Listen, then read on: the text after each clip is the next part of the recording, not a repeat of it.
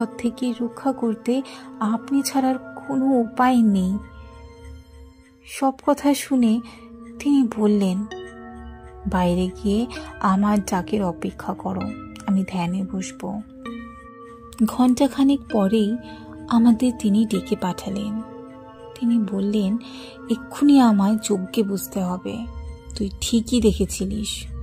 25 বছর আগে যার আত্মাকে মন্ত্র বলে একটা ঘরে আটকে রাখা হয়েছিল, তোর বোন তাকে মুক্ত করে ঘরে নিয়ে এসেছে। ওর নাম পল্লবী। এত সহজে শরীর ছেড়ে যাবে না। আমি তো ভয় কুঁকিয়ে কেঁদে উঠে গুরুদেবের পায়ে পড়লাম।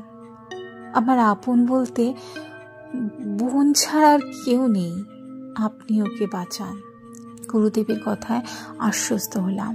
তিনি যজ্ঞে বসলেন, আর গুরুদেবের কথা মতো আগে থেকেই সবিতার মদন রিমার ঘরে ছোট্ট ক্যামেরা আড়াল করে লাগিয়ে রেখে এসেছিল, যা আমার ফোনের সাথে কানেক্ট করা। রিক সকালে যখন তার মাকে খাওয়াচ্ছিল, তখনই সব ব্যবস্থা রিকই করে দিয়েছিল। রিক এসবে বিশ্বাস করে না, কিন্তু আমাদের সাথ দিয়েছিল শুধুমাত্র মায়ের কথা ভেবে। যজ্ঞ চলছে।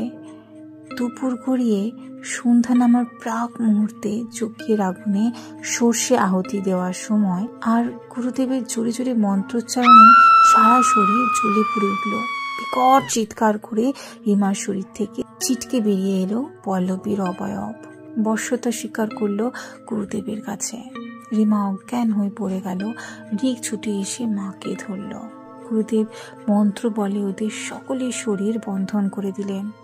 পল্লবীর কাছে জানতে চাইলেন যে সে কোথা থেকে এসেছে, কেন এই শরীরে সে আশ্রয় নিয়েছে, এবং গুরুদেব আরও বললেন, তোকে কষ্ট দেব না রে মা, সব কিছু খুলে আমাকে বল, আমি তোর মুক্তির ব্যবস্থা করে দেব, এই কথা দিলাম।